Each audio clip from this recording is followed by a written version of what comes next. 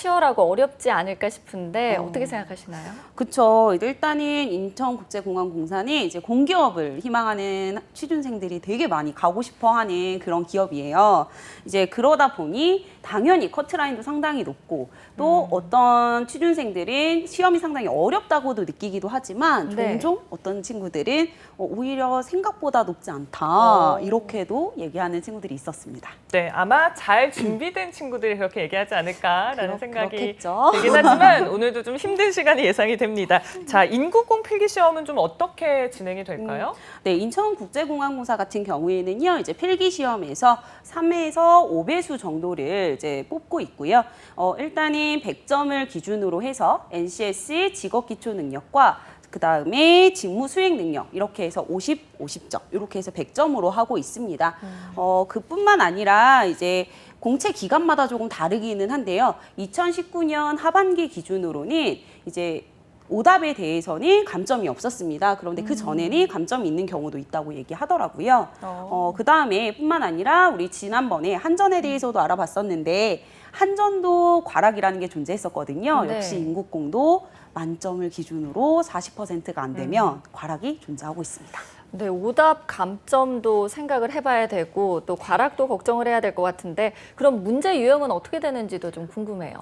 일단 NCS 직업 기초 능력 같은 경우에는요. 60문항을 65분 동안 진행을 하고 있고요. 전 직무에 공통적으로 의사소통 능력과 수리 능력, 그리고 문제 해결 능력, 자원관리 능력, 정보 능력 이렇게 출제하고 있으면서 사무와 문화예술 직무회 같은 경우에는 이제 조직 이해 능력을 추가로 시험을 진행하고 있고요. 그다음에 기술이나 교통, 그다음 도시계획 직무에서는 기술 능력을 또 따로 또 출제를 하고 있습니다. 뿐만 아니라 이제 직무 수행 능력 같은 경우에는요, 50문항을 60분에 걸쳐서 이제 진행을 하게 되는데, 다른 전공 시험과 비슷하게 이제 전공학 전반에 대해서도 나오면서, 뿐만 아니라 기술직에서는 이제 기술 시험 범위에서 또 출제가 되고 있습니다. 네.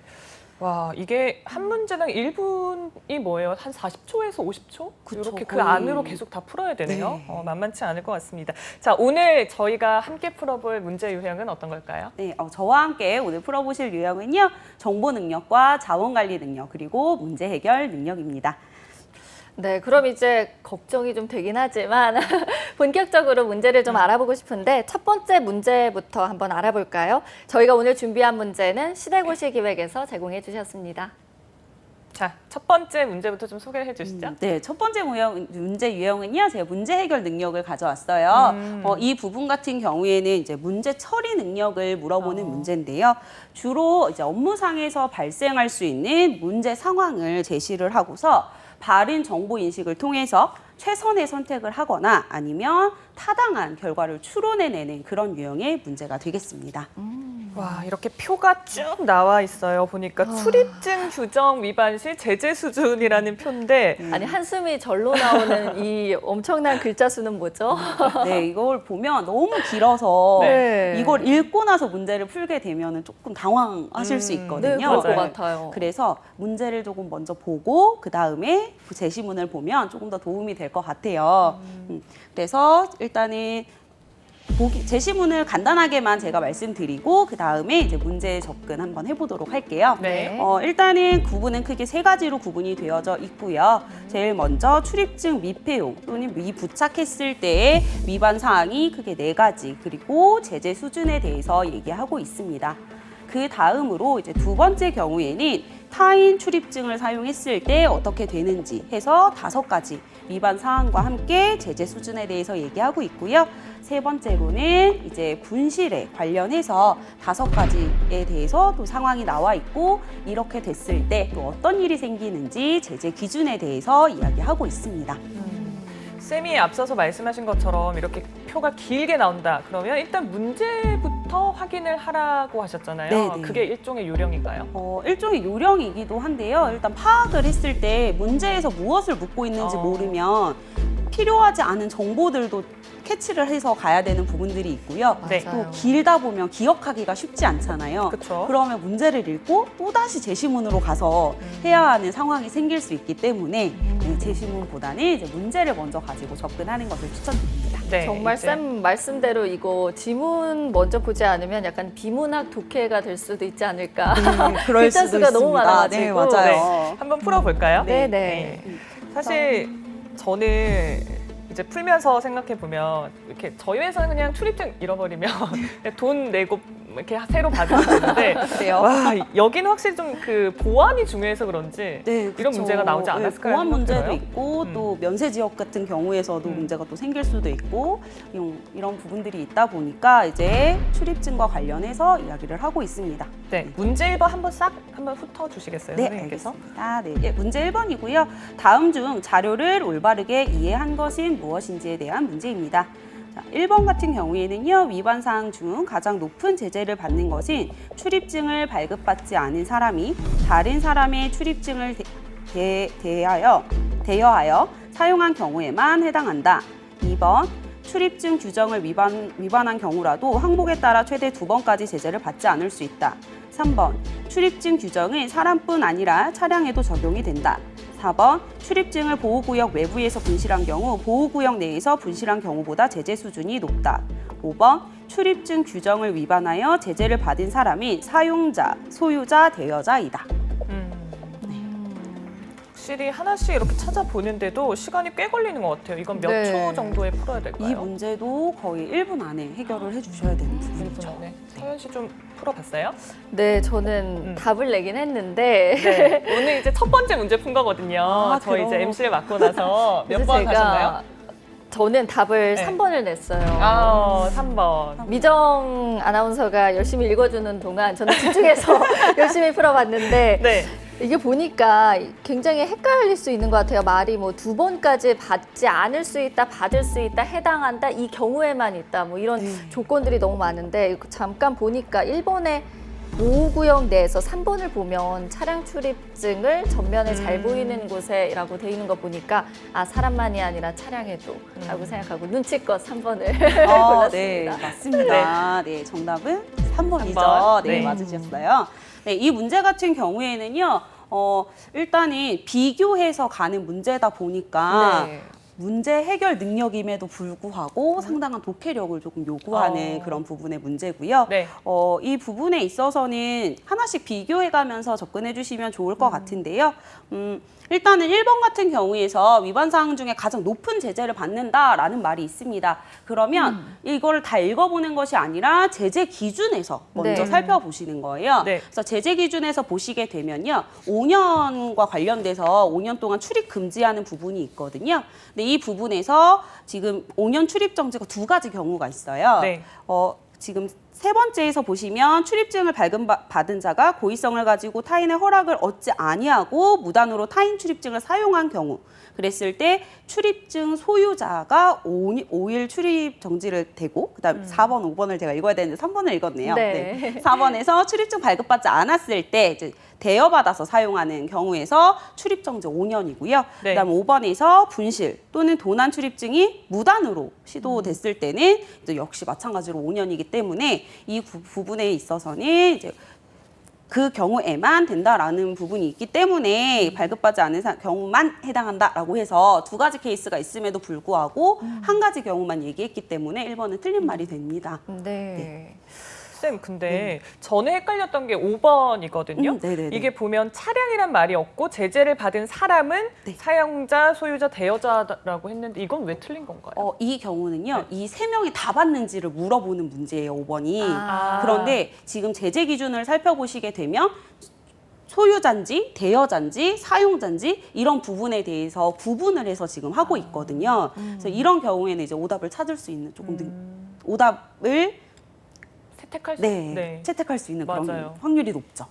맞아요. 저도 3번, 5번 헷갈리긴 했는데 정답은 3번이었습니다. 자, 저희 계속해서 또 다음 문제도 살펴볼까요? 네, 다음 문제도 마찬가지로 문제 처리 능력인데요. 이 경우에는 이제 사례를 통해서 제재가 어떻게 들어가는지를 하나씩 비교해서 가는 문제라고 보시면 될 것 같습니다.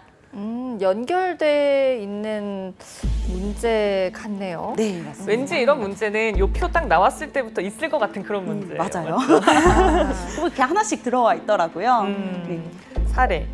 A씨는 이런 거 선생님 사실 와, 이렇게 어렵다. 풀면 안 된다고 하지만 보통 우리가 이렇게도 그러잖아요. 아, 보기상에서 5일 출입 정지가 3개 있으니까 일단 이거 고르고 그다음에 이제 경고가 많으니까 경고 고르고 이런 접근도 괜찮을까요? 정말 너무 시간이 없다. 네, 시간이 없을 때는 그런 방법을 쓰는 것도 좋겠지만 네, 일단 우리는 하나라도 더 맞아야 되기 때문에 네. 네. 비교해서 한번 풀어보도록 하겠습니다. 네. 가는 생각보다 쉽게 나오는 것 같아요. 그쵸. 가는. 네. 네. 왜냐하면 그러니까 의도하지 않은 상황에서 다른 사람의 출입증을 쓴 거, 네. 요거는 딱 보이는데 나다가 저는 잘 안 나오네요. 서현 씨 풀고 있어요? 네, 저 지금 보고 있는데 나 보니까 이거는 표랑 바로바로 대조해서 보면 좀 도움이 될 것 같아요.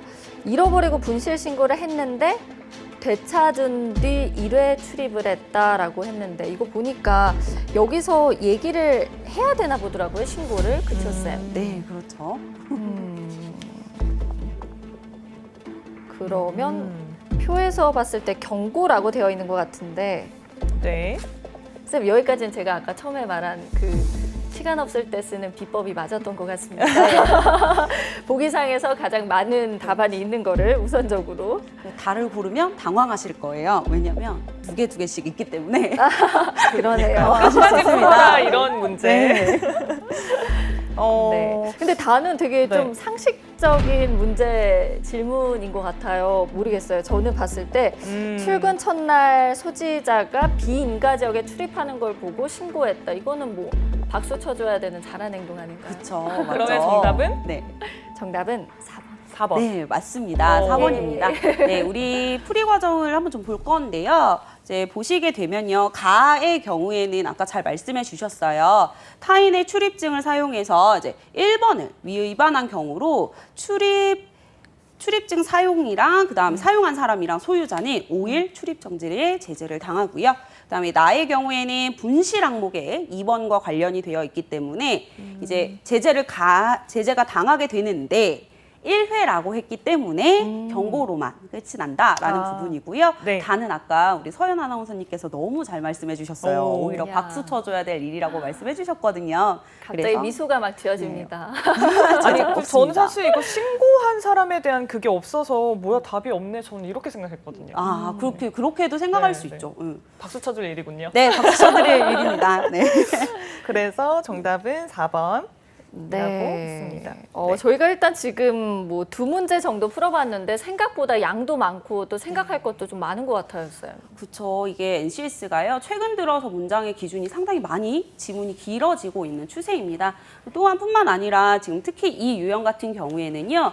해당 기업에 이제 주관하는 사업이나 아니면 관련한 업무 사항과 관련돼서 네. 이런 부분들이 나와 있기 때문에 이제 사이트나 이런 부분들에 들어가서 조금 더 숙지하고 계시면 아마 조금 푸는 데 도움이 되지 않을까 생각됩니다. 네, 저희가 아까 초반에 말씀드렸듯이 좀 회사 관련된 내용들이 많이 나오니까 그 부분을 좀 숙지하면 좋을 것 같습니다. 그럼 이어서 다음 문제 또 알아보겠습니다. 어떤 유형이에요? 네, 다음은 자원관리와 관련된 부분인데요. 그 중에서 시간관리 능력과 관련된 문제입니다. 네. 네, 이 부분은요. 시간이랑 일정을 파악해서 이제 효율적으로 사용할 수 있고 뭐 조금 더 최대한 확보할 수 있고 이런 부분들에 대해서 이제 평가하고 묻는 문제입니다. 네, 뭐 공항공사 직원들에게는 정말 중요한 그런 그쵸. 역량일 것 같아요. 네, 그래서 자원관리 능력이 공통 부분이지 않을까 이렇게 생각도 합니다. 알겠습니다. 자, 그러면 문제 한번 소개를 해주시겠어요? 네, 이번 문제는요. 이제 3번, 4번으로 연결되어 있는 문제입니다. 네. 제2공사 신성장기술본부에서 근무하는 K부장은 적도 긴의로 출장을 가려고 합니다. 다음 자료를 참고해서 이어지는 질문에 답하시오라고 하는 문제입니다. 와, 약간 적도기니로 출장 가세요라고 하면 일단 한숨부터 나와요. 그쵸. 너무 긴데요? 아니 쌤, 근데 이게 네. 되게 보기가 어려운 게 표들이 참 많네요. 저희가 봐야 될 게 경유지, 도착지, 현지 시간도 봐야 되고 또 그다음에 경로별 비행 시간 그리고 마지막으로 경유지별 경유 시간 이렇게 네. 3가지 항목에 3가지 표를 줬는데 뭐 제가 봤을 땐 뭐 우리가 종이와 잉크가 아까 아까울 텐데 이렇게까지 할애하는 거 보면 이걸 다 활용을 해야 하나 봐요. 그쵸, 저희가 한번 이런 좀 부분에 있어서 문제마다 조금 유형이 다를 수는 있는데 특히 이 부분에서는요 시차와 비행 시간과 이런 부분들을 종합적으로 물어볼 수 있기 때문에 이 세 가지를 조금 다 이용해서 접근해 주셔야 되고요. 이 파트가 조금 쉽게 나온다고 하면 이제 시차 정도로만 물어볼 수 있는 네 이렇게만 물어볼 수도 있는데 이제 비행까지도 같이 봐야 되는 부분이 있어서요. 네. 네. 한번 풀어보겠습니다. 네. 일단은 아디스 아바바에 딱 도착하는 그 시간을 찾는 게 네, 첫 번째 그쵸. 문제인 딱 거죠. 떨어졌을 때 그 딱 떨어졌을 시간. 때. 이제 우리가 비행기를 타다 보면 이렇게 네. 착륙을 늦게 하는 경우도 있잖아요. 그쵸. 그런 경우를 제외하고 딱 그 시간에 딱 정해진 시간만 걸린다는 전제하에서 문제 해결해 주시면 될 것 같습니다.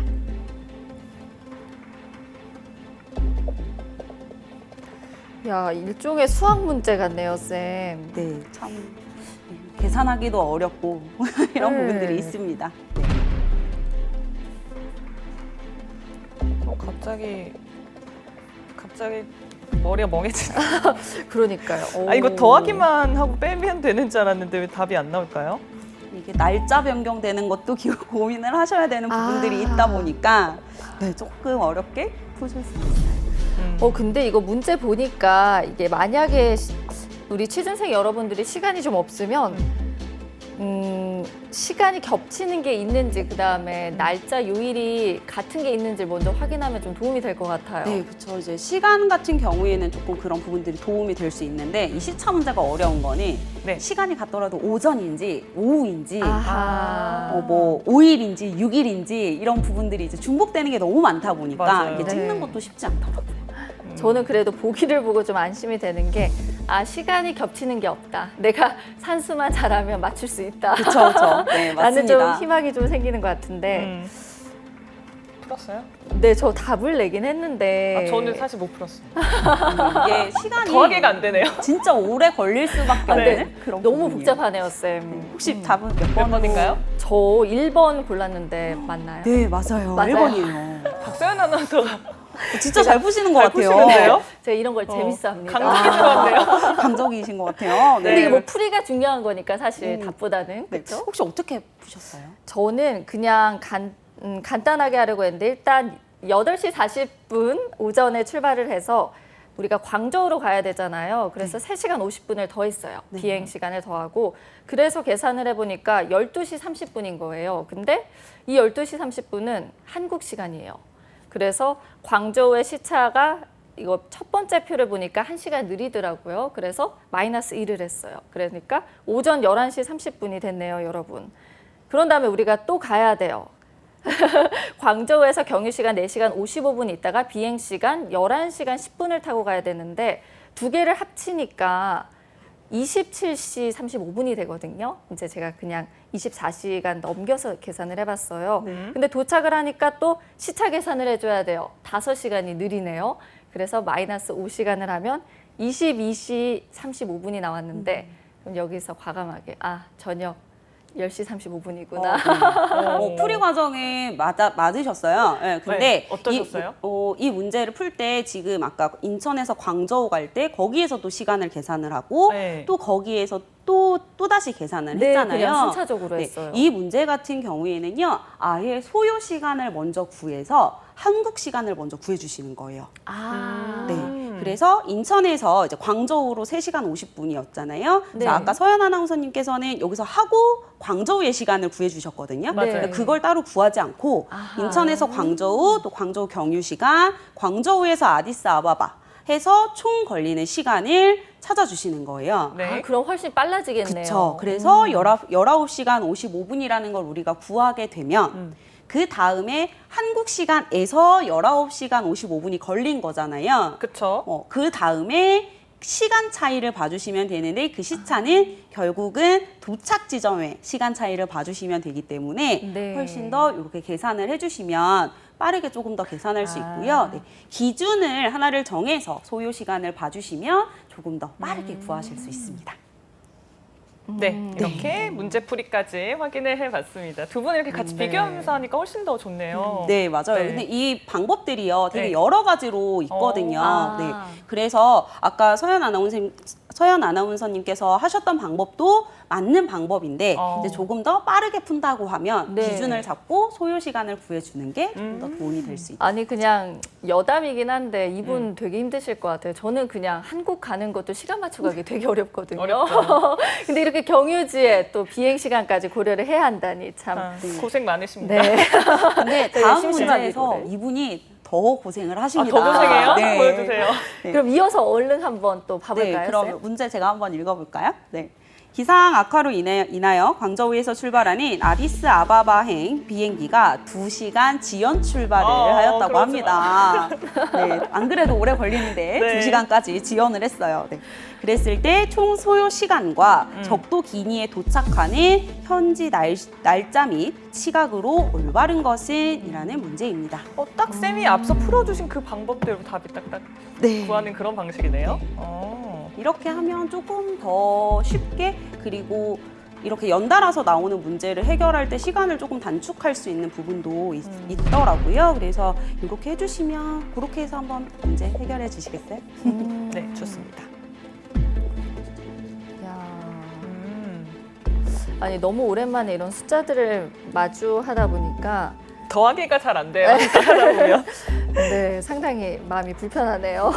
그리고 이 덧셈이 그냥 네. 우리가 알고 있는 십진법의 덧셈이 아니라 60분으로 해서 또 오, 시간이 그러니까요. 바뀌고 이런 부분이 있다 보니까 네. 네, 덧셈이 조금 더 힘들게 느껴지실 수 있어요.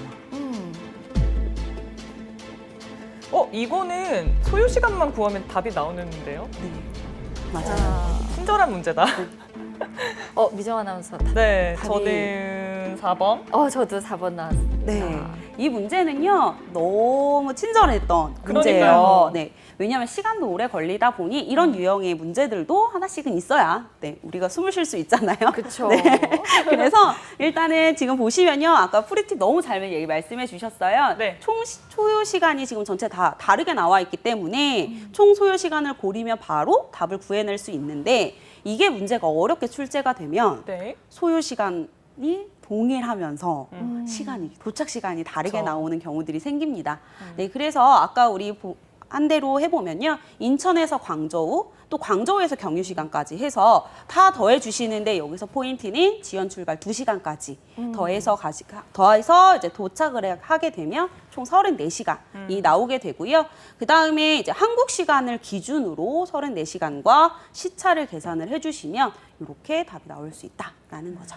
네, 네. 제가 이 문제 보니까 사실 만약에 총 소요 시간이 같으면은 약간 1번 문제 틀리면 2번 문제도 틀릴 수밖에 없는 시험 문제인 것 같아요. 이런 세트형 문제들이 보통 조금 그런 부분들이 조금 많아요. 그러면 만약에 여기에서 이제 두 번째 현지 날짜를 구하는 건데 총 소요 시간과 다른 지역의 날짜, 시간 이런 걸 구하라라는 질문도 있나요? 가끔? 그런 경우는 아직은 그렇게 없어요? 그렇게까지는 출제가 되지 않고요. 보통은 이제 도착했을 때 아니면 그때 한국 시간은 어떻게 되는지. 아. 네. 근데 종종 그렇게 물어보는 경우는 이렇게 도착하는 것보다는 회의로 가지고 시차가 달랐을 때 회의 시간 정할 때 이런 부분들로는 이제 물어보는 경향들이 있습니다. 네. 자, 이렇게 문제 풀어봤고요. 다음 문제는 좀 어떤 유형일까요? 네, 다음은요. 네. 정보 능력인데요. 이게 조금 힘들 수도 있어요. 자, 엑셀. 이 유형 같은 경우에는요, 조금 네. 전문적인 지식이 좀 필요합니다. 네, 정보 활용 능력인데요. 업무와 관련된 정보를 이제 수집하고 분석하고 조직 뭐 이런 걸 하면서 또 활용하기 위해서 컴퓨터와 관련된 이론을 물어보고 다양한 소프트웨어를 사용할 수 있는지를 평가하는 그런 유형입니다. 저는 풀기도 전에 이 문제는 빠르게 제낄 것 같습니다. 네, 이 문제 아니, 같은 너무 경우에는, 전문적이에요. 전문적인 좀 지식들이 좀 필요한 그런 유형이기 때문에 좀 암기도 좀 필요하고요. 네. 여기서 썸 프로덕트를 구해야 돼요. 네. 이 공식을 모르면 못 풀 것 같은데. 그러니까요. 맞아요. 네, 이 공식을 모르면 네. 당황스러울 거예요. 네. 아니 이거를, 저는 가끔 진짜 이런 생각 드는 게 이제 기술 개발이 그만됐으면 좋겠다. 왜냐하면 나같이 컴퓨터 못하는 사람은 뒤처질 수밖에 없다. 맞아요. 이런 생각 많이 들더라고요. 네, 저도 가끔 그런 생각을 하고 있습니다.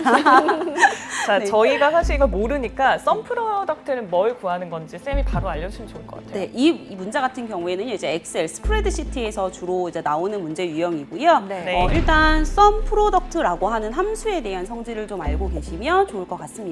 썸 프로덕트라고 하는 함수는요, 배열 또는 이제 범위에서 대응되는 값끼리 곱하게 되는 거예요. 그래서 지금 보시면 썸 프로덕트 B4, B10 하면은 B4에서부터 B10이라는 얘기거든요. 그 다음에 C4에서 C10이고 D4에서 10이에요. 네. 그러면 B4, C4, D4가 대응이 되고 있잖아요. 네. 이 세 개를 곱하고 또 다음 거를 곱하고 이것들을 다 같이 더하는 그런 함수가 바로 썸 프로덕트입니다. 아, 네. 다 그러니까 그 세 개를 곱해서 네, 각각을 항목당 더해줘야 더하는 되는 거. 네, 이런 문제인 거죠. 네.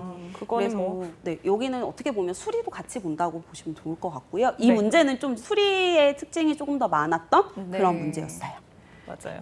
이 문제의 핵심은 그러면은 이 함수의 내용을 아느냐 그리고 산수를 빠르게 잘할 수 있느냐 이 두 가지를 보기 위한 거겠네요. 네, 그렇죠. 이 문제 같은 경우에는 더군다나 스프레드시트를 잘 알 수 있는지 이런 부분이에요. 네. 그래서 출제가 조금 많이 방대해지고 있습니다. 네. 네. 이 공식만 알면 네, 그렇게 공식만 알면 어렵진 쉽게 풀 않은. 수 있는데 이런 것들을 암기하지 않고 있다고 하면 어렵게 느껴지는 그런 문제였습니다. 알겠습니다. 저희 다음 문제 한 문제 더 준비해 오셔서 빠르게 또 훑어볼까요? 다음 문제는요, 이제 컴퓨터 활용 능력인데요. 네. 이 문제 같은 경우에는요, 업무와 관련된 이제 정보를 수집을 해서 음. 이제 관리하고 획득한 정보를 어떻게 사용할 수 있는지 이걸 묻는 문제예요. 그래서 어떻게 보면 처리 능력 같아 보이지만 우리 아까 앞에서 했던 문제 처리 부분에 네. 우리 독해력을 요구하는 그런 부분들이 있잖아요. 네. 그것과 문제가 비슷하다고 봐주시면 좋을 것 같아요. 네, 이렇게 하나씩 대응해서 풀면 되는데 저희가 이제 시간 관계상 쌤이 바로 풀이를 해주시겠어요? 네, 지금 이 문제 같은 경우에는요, 이제 비품으로 진단을 하는 컴퓨터 상태거든요. 그래서 보기로 와서 넘어와서 보시게 되면요, 1번부터 5번까지 제시가 되어 있고요. 이제 정답은 2번이거든요. 자, 이 부분은요, 짧게 2번이면 그 해당 부분에 찾아가서 보시면 좋을 것 같아요. 다 그 부분마다 찾아가서 보시게 되면 좋을 것 같은데, 비품이 길게 한 번, 짧게 한 번 했을 때는 메인보드의 오류이기 때문에 메인보드를 교체하거나 AS를 점검하는 것이 가장 좋다라고 문제에 제시되어 있습니다. 이런 부분들을 확인해 주시면 더 좋을 것 같아요.